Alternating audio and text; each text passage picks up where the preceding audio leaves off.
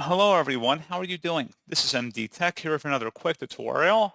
In today's tutorial, I'm going to show you guys how to install and set up your Canon PIXMA TS702a printer on your Windows, macOS, or Linux device. So this should hopefully be a pretty straightforward process here, guys. And without further ado, let's go ahead and jump straight into it.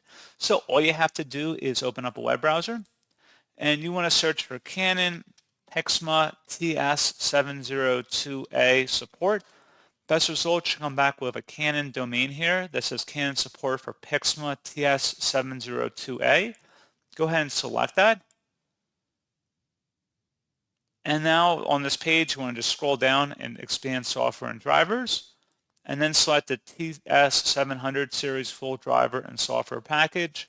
Select download. And then once it's downloaded, go ahead and open that up and select yes. Should be a verified publisher from Canon Inc. And then select Start Setup, select Next, and then follow through the on-screen prompts here to set up your connection, and that's all you'd have to do.